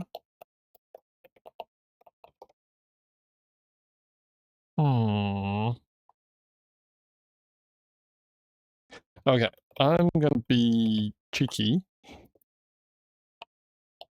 because I know the value is 42. This is not the right way to do it. The right way to do it is, oh, actually, if is 42, else nil. That is the right way. Okay, maybe not the right way. If that,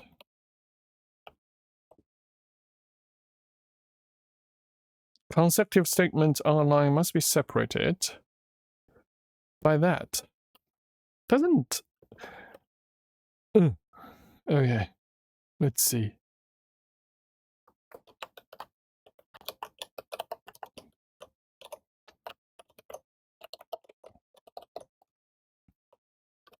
Is that valid, Swift?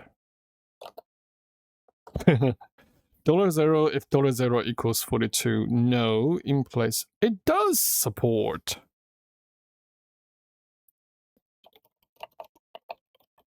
Oh, right. Look up Swift in if else statement. Is it statement or something else?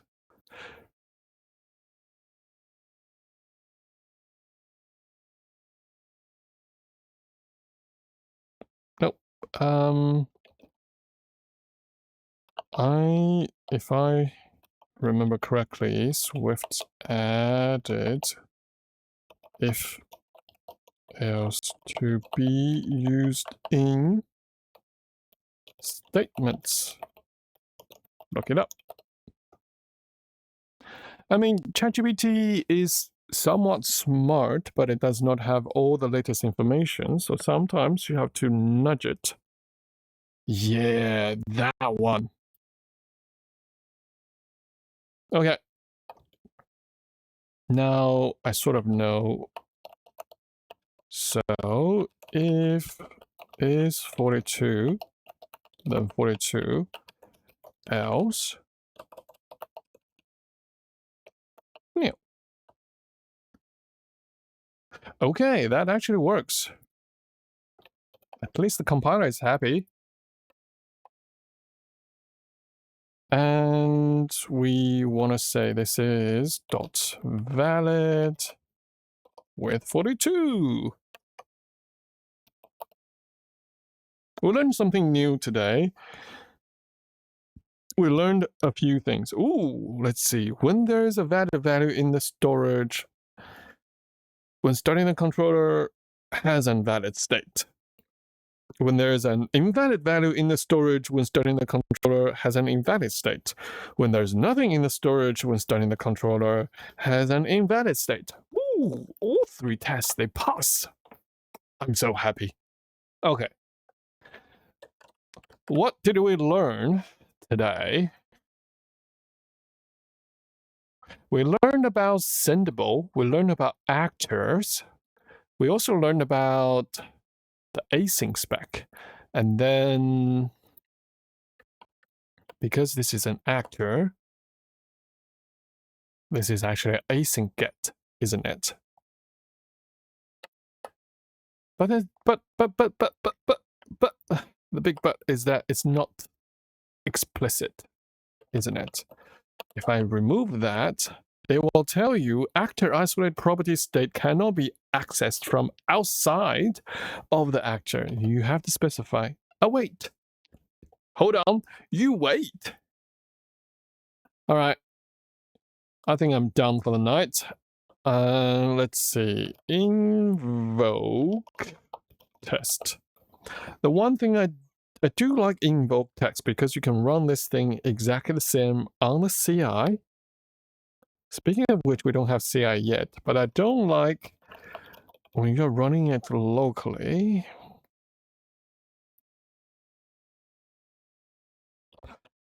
Let me see. I'm running Swift test with Python invoke, but with Python invoke, I get extra output. Seems if I use Swift test directly, it's less cluttered. How can we improve?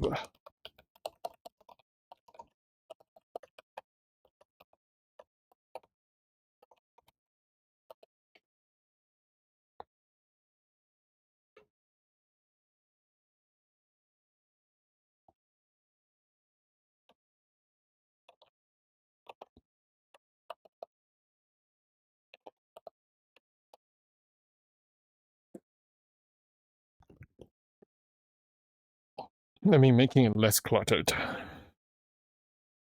Hey, it understands. Invoke, echoing, and stream everything, including stderr.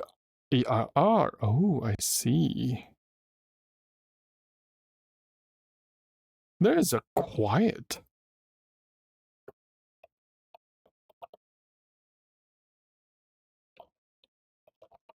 Is there a quiet? Let's have a look.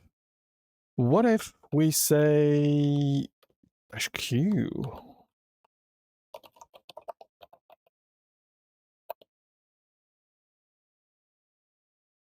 Same thing. Exactly the same thing. ChatGPT, you lied.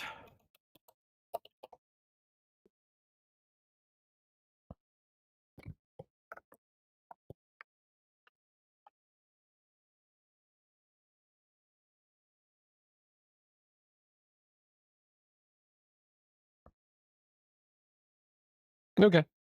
That's okay. I'm happy with that. I'm just happy to run the Swift test myself.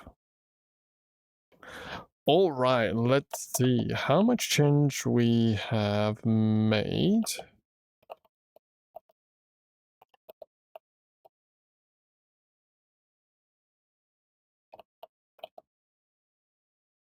Okay.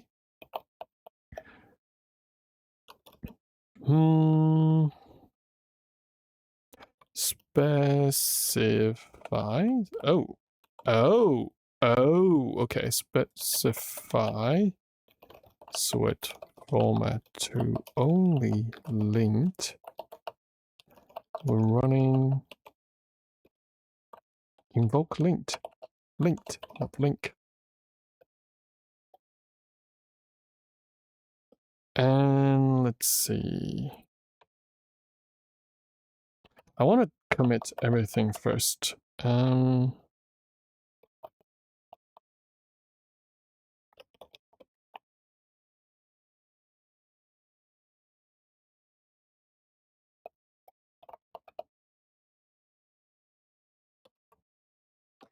Minor code style.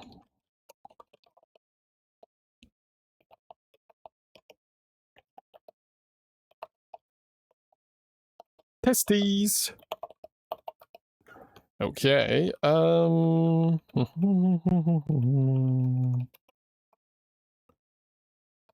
Add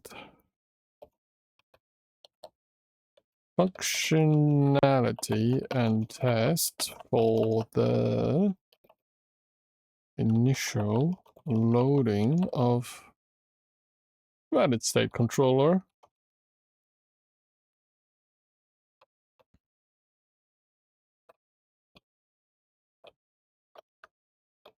And initial value loading and tests. Okay, good. And pi.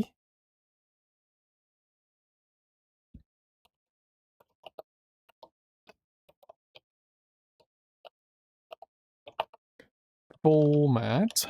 Take a parameter called C.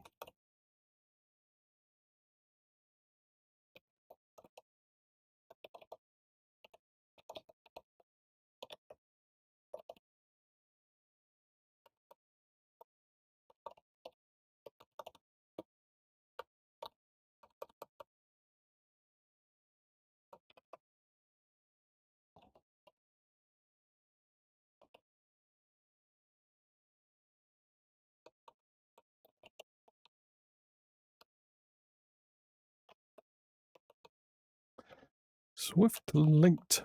Oh, actually.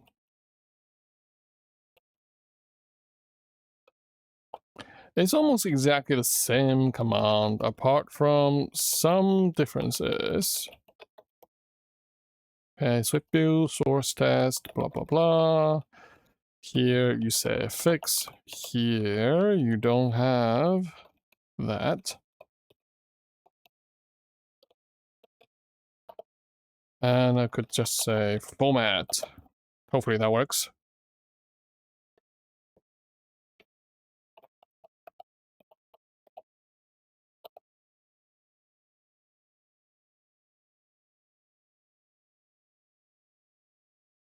Oh, nice. Question is, does the thing still work? Hopefully it does. And why is this not formatted? Okay, tests still work, that's fine. Sources and tests.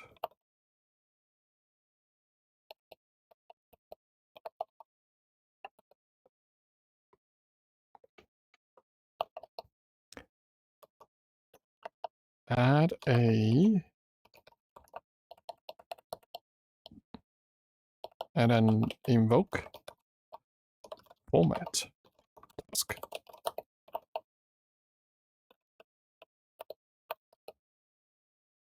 And then format code. Okay, and I still need to figure out how to use Swift Format's configuration file properly. Not sure why it's not working for me. Wait a minute. I bet they use it themselves.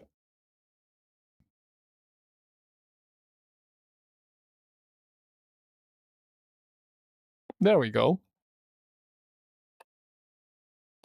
Oh, yeah, they do. Wrap arguments is like that. Interesting.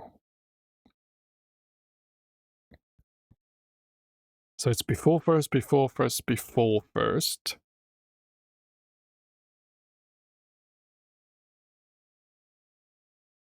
What does preserve do? Give me the rules.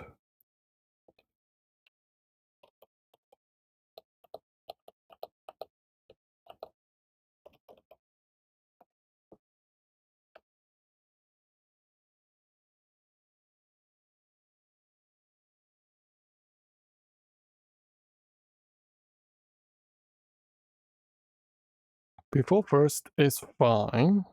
After first, before first. Doesn't say what preserve do. And it's still not working for me. I'm not sure why.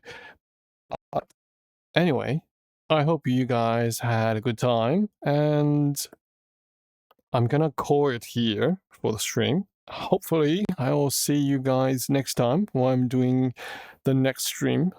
Whew, we have been doing this for 2 hours and a half. That's a long stream by any standards. See ya, tita tita la. Hopefully, we will see you next time. And until then, have a good one. See you then.